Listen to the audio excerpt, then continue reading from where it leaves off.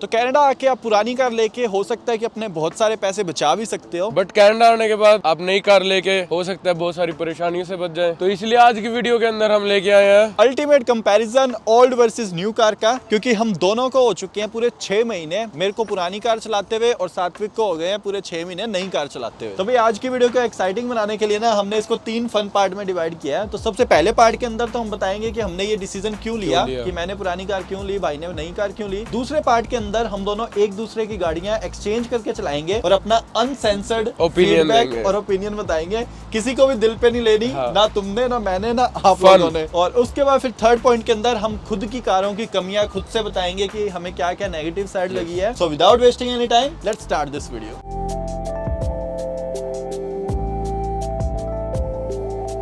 तो भाई अब तुम पहले तो स्टार्ट करो, अपनी गाड़ी के बारे में बताओ कि भाई क्या फीचर है, क्या सिस्टम है, क्यों आपको ये गाड़ी बहुत पसंद है। सबसे फर्स्ट बात, चारों सीट हीटेड है, इसका स्टीयरिंग भी हीटेड है, इसमें वायरलेस चार्जिंग भी है और इसमें अडेप्टिव क्रूज कंट्रोल है। इसमें सनरूफ, चलो सनरूफ नॉर्मल है, ओके वो तो मेरी वाली में भी है। हाँ 11 इंचेस डायगोनली स्क्रीन है पूरी, ऑल टच। अब भाई आप बताओ आपकी कार में क्या है। मेरी कार में ये नजरबट्टू है सबसे पहले तो एक। तो भाई मेरी कार के अंदर जो एसेंशियल फीचर्स होते हैं वो सारे दे रखे हैं, आप देख सकते हो। सनरूफ है और साथ में देखो अलॉयज भी हैं। अब नॉर्मल जो फीचर्स चाहिए होते हैं, क्रूज है, आप में क्रूज वगैरह सारी चीजें आ जाती हैं। बट मेन अपने बात करते हैं फायदों की, कि जैसे अब मेरे को इस कार का फायदा ये है कि मेरे को कोई ईएमआई नहीं भरनी होती, लोन करवाई होगी कार। तो आपको वो पार्ट कैसा लगता है उसका जब महीने का एंड आता है? तो ब्रो आज नहीं तो कल आपको भी पता है, जब आप वर्क परमिट पे आप आ चुके हो, अब आप एक स्टेबल इनकम करके पैसे थोड़ा सेव करके आपको भी लेनी है नई कार, लेनी आपको भी है। स्टेबल इनकम ही नहीं कर रहा अपनी। तो मैं तब आपसे पूछूंगा आपको कैसा लगेगा महीने में ईएमआई भरने के लिए। You are happy with your car? Very happy. Okay, you don't regret the decision? Never, no. Okay, so मेरी कार का देखो, मेरा डिसीजन इसलिए मैंने लिया था, मेरे लिए ये इसीलिए अच्छी है कि मैंने अगर इसको 1 या 5,000 कैश में ली हुई है, ओके, और अगर मैं इसको अब साल 2 साल चला भी लूंगा, माइल्स जितने मर्जी चढ़ जाए चाहे इस पे, अब मैं लगभग 50-1,000 किलोमीटर चला चुका हूँ मेरी गाड़ी को, तो 50-60,000 चलाने के बाद भी ये गाड़ी मैंने 4-4,500 की ली है, तो मैं 3-3,500 की से टिपाई दूंगा इजीली। तो ये मेरे को बहुत सही चीज लगती है। और सबसे मेन चीज, मैं मेरी कार के साथ बहुत सारी चीजें कर सकता हूँ, वो आप नहीं कर सकते। जैसे कि ब्रो वो मैं लास्ट में बताऊंगा बेट। और कोई फायदे तुम्हारी कार के भाई? Very low maintenance. वो तो भाई नई कार है, ये अपने फायदे में गिन सकते हैं सच में कि अभी बिल्कुल आप टेंशन फ्री हो ना ब्रो। इसकी शुरू की 2 सर्विस तो फ्री है। वो इंडिया में अपने डीजल कारों वाला ट्रेंड बहुत चल रहा है ना, उसका सर्विस मेंटेनेंस का बहुत सीन रहता है। तो यहाँ पे पेट्रोल की गाड़ियां सारी मेंटेनेंस का वैसे ही इशू नहीं होता। नई कार है, वारंटी है 5 साल की, कुछ भी अगर दिक्कत होगी तो ये चीज चलो अपने मान लेते हैं, प्लस पॉइंट है। और अच्छा 7,000 पे सर्विस होती है? 7,000 पे सिंथेटिक ऑयल में $70। ओके, तो मेरी मेंटेनेंस का सीन ये होता है कार का कि मेरे को हर 5,000 किलोमीटर पे करानी पड़ती है, क्योंकि पुरानी हो चुकी है ना ये। तो मेरे वो ये है कि मैं नॉर्मल ऑयल डलवा लेता हूँ, उसमें $50 लगते हैं लेबर लोबर मिला के। तो मेंटेनेंस में मतलब ऑयल वगैरह चेंज में भी कोई मोटा फर्क नहीं है, अपने मान लेते हैं फिर। बट चलो अपने अब आगे की बात करते हैं। तो भाई अब अपने पार्ट 2 शुरू कर रहे हैं। तो सबसे पहले होंडा सिविक जो पुराने वाली है मेरी, वो सात्विक चलाएगा। तो ये लो सर चाबी। Bro are you serious? It's 2022 bro, we don't use keys anymore, we use push button bro. ओ भाई हवा मत करो, ठीक है स्टार्ट करो। Wow nice startup sound. यार स्टीयरिंग यार थोड़ा सा टाइट है यार, क्या हो गया यार? भाई चला रहा हूँ।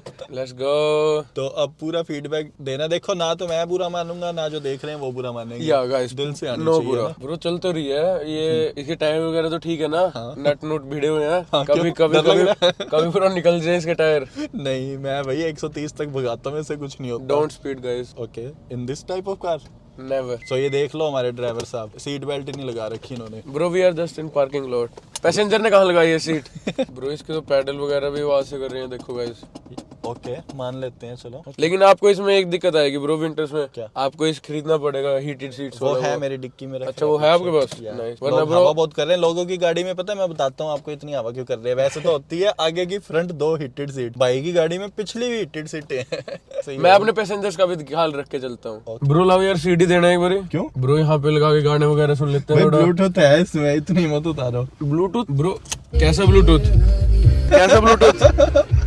USB। ओहो, इसका तो ब्लूटूथ ये है गाइस, इसका ब्लूटूथ अगर हम इसको ऑक्स में लगाएंगे तो ब्लूटूथ चल पड़ेगा। अब अपने रेटिंग टाइम है 5 में से। आप देखो, मजाक की बातें छोड़ो, आपने पुरानी कारें और भी बहुत चलाई हैं, 5 में से कितनी रेटिंग दोगे कार को ओवरऑल इसकी कंडीशन के हिसाब से? इसकी कंडीशन के हिसाब से, चलाने के हिसाब से 3.8। 3.8 आउट ऑफ 5 या that's a good score. 3.8 110% bro, worth it है 3.8 का। तो भाई हमारी गाड़ी की तौहीन हो चुकी है बहुत ज्यादा, बट ओवरऑल हमें रेटिंग अच्छी मिल चुकी है। सो अब अपने चलते हैं आपकी गाड़ी में। Okay, let's move now. लाओ भाई चाबी। ब्रो चाबी का क्या, पुश स्टार्ट बटन ब्रो। मजाक कर रहा हूँ, आई नो। सो अब अपने ले रहे हैं सात्विक की गाड़ी की ट्राई, और फिर आपको बताएंगे क्या सिस्टम रहता है। जो तौहीन इसने मेरी कार की करी है, अब मैं पूरी कमियां ढूंढने की ट्राई करूंगा। देखो ब्रो, अगर मिल सके तो। अब हम गाड़ी पार्किंग लॉट से निकाल रहे थे, पर इसके कैमरे में पीछे भी दिखा रहा था कि कोई है या नहीं, पर ये क्या लॉजिक है? बाकी स्टीयरिंग वगैरह तो इसका लाइट है बहुत। Hyundai के तो सारी गाड़ियों के लाइट। इतना लाइट नहीं होना चाहिए bro, it's not safe at bro, high I'm sorry, I'm speed. sorry। अगर ऐसे थोड़ा सा हाथ यूं हो गया तो फिर गाड़ी पलटे ब्रो, लेकिन उसके लिए भी मेरे पास एक वो है ना सॉल्यूशन। मैं अडेप्टिव क्रूज कंट्रोल लगा देता हूँ ब्रो, मेरे को कुछ नहीं करना होता, अपने आप चलती है गाड़ी। उसमें अपने आप हो जाता है। हाँ, वो हमारे नहीं है इतना, ठीक है। बाकी भाई इसमें स्पीकर तो मेरी कार में पता 4 स्पीकर हैं, 4 इसमें ब्रो 2 ही दिख रहे हैं मेरे को। इसमें 2 नहीं, इसमें टोटल स्पीकर है आई गेस, मेरे को भी याद नहीं, आई गेस 6 है, पता नहीं 8 है, बट स्पीकर है बॉस के। और ये जो स्पीडोमीटर दिख रहा है ये सारा डिजिटल है। हाँ। 11 इंच का जो बता रहे थे, ये सारा डिजिटल है। और एक चीज मैं ऑडियंस को और बताना चाहूंगा, मैं वैसे भी इंडिया से पूरा Hyundai का फैन हूँ, तो ये बस ठीक है। यहाँ पे अपने क्या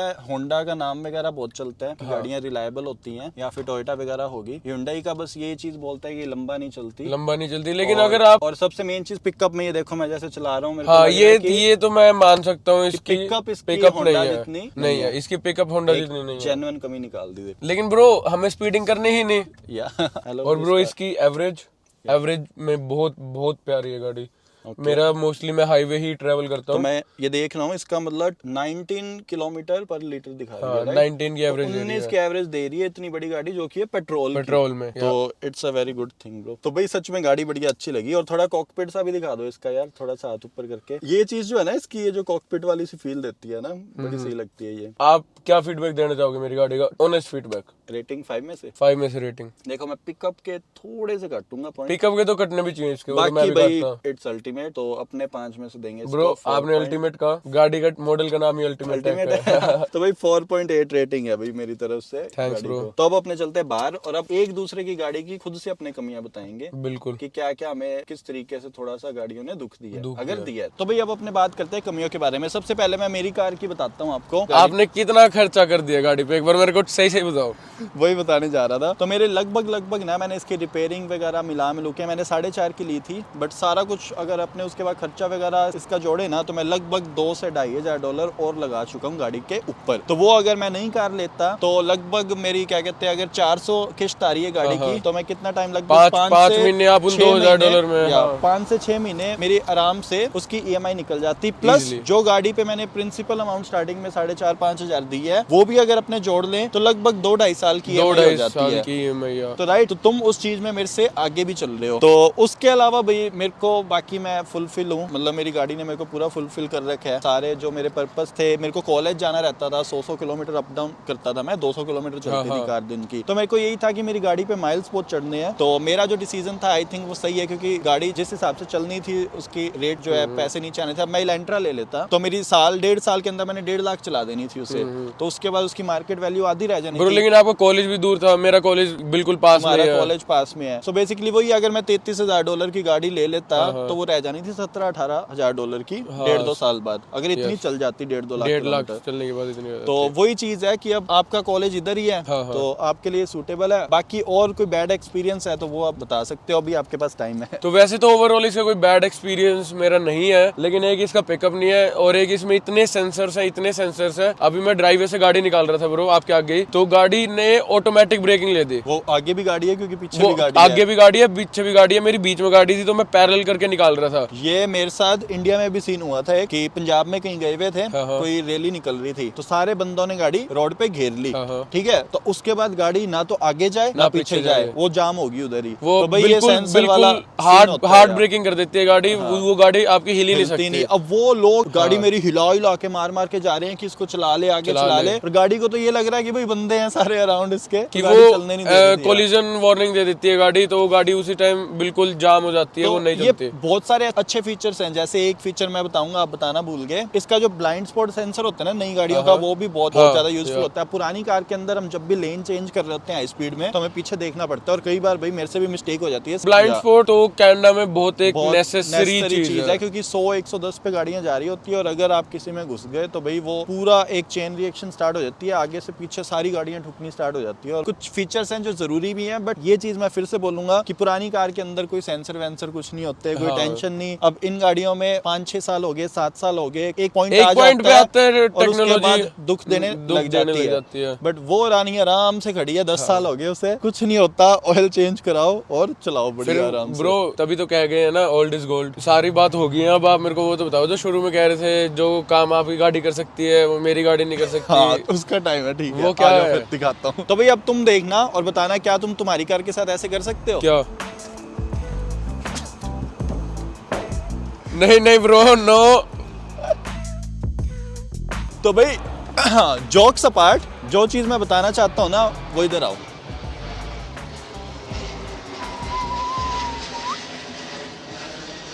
तो ये देखो, अब ये शायद 2-3 दिन पहले की बात है, लग गई गाड़ी कहीं पे, ठीक है। अब पुरानी गाड़ी का ये फायदा होता है कि कहीं पे भी स्क्रैच लग गया या कुछ भी हो गया, ओके, कोई अपना को टेंशन नहीं है। बट नई कार के अगर झरीट भी लग गई ना थोड़ी सी, ब्रो नींद नहीं आती 2 दिनों तक, राइट। तो ये एक चीज है जो मैं कर सकता हूँ और तुम नहीं कर सकती। बेसिकली हम कहना यही चाह रहे हैं कि इट डिपेंड्स ऑन प्रायोरिटीज, कि आपको गाड़ी कहाँ चलानी है, कैसे चलानी है, आपका बजट कितना है। एक चीज हम जरूर सजेस्ट करेंगे कि अगर आपके फाइनेंशियल सपोर्ट है पीछे से, आपके पेरेंट्स या फिर इंडिया से बैक आपके पास सेविंग्स वगैरह आप लेके आ रहे हो, आप अफोर्ड कर रहे हो, तब तो आप नई कार के पीछे जाओ। इन केस कनाडा में एक टाइम ऐसा भी आता है कि बंदे के पास कोई जॉब नहीं है, तो दिल से बोल है दिल से बोल रहे हो। हाँ ब्रो, मैं नहीं चाहता कि किसी के साथ वो टाइम आए, लेकिन फॉर अ सेफर साइड हमें बैकअप प्लान, हमेशा प्लान भी होना चाहिए हमारी लाइफ में। ये छोटे छोटे खर्चे होते हैं जो अपने बचा सकते हैं। देखो, अगर आपकी प्रायोरिटी ऐसी है कि आपको थोड़ा बहुत चलना है, आपको डंकी गाड़ी चाहिए, आपको फीचर्स चाहिए, आपको केयरफुल रहना है, सो या गो फॉर इट, सेफ्टी आएगी, पैसा लगाओगे साथ में। बट अगर आपको टेंशन फ्री रहना है, आप चाहते हो कि आप अपने पैसे को कहीं अच्छी जगह इन्वेस्ट करो, तो देन आप स्टार्टिंग में आके एक बार इसे अवॉइड करो। और जैसे अब मेरे पास अलोवेंस है, आज मैं नई कार नहीं रख रहा, तो मेरा महीने का ना करके मैं $600 से $700 बचा रहा हूँ, 700 इजीली। तो उसी रीजन से आज मेरे पास सिंगल रूम है, मैं बढ़िया आराम से रह रहा हूँ। प्लस मैं आज भी वर्क परमिट पे आ चुका हूँ, बट ये चीज शायद किसी को भी नहीं पता होगी, मैं सिर्फ 2 दिन काम करता हूँ अभी भी।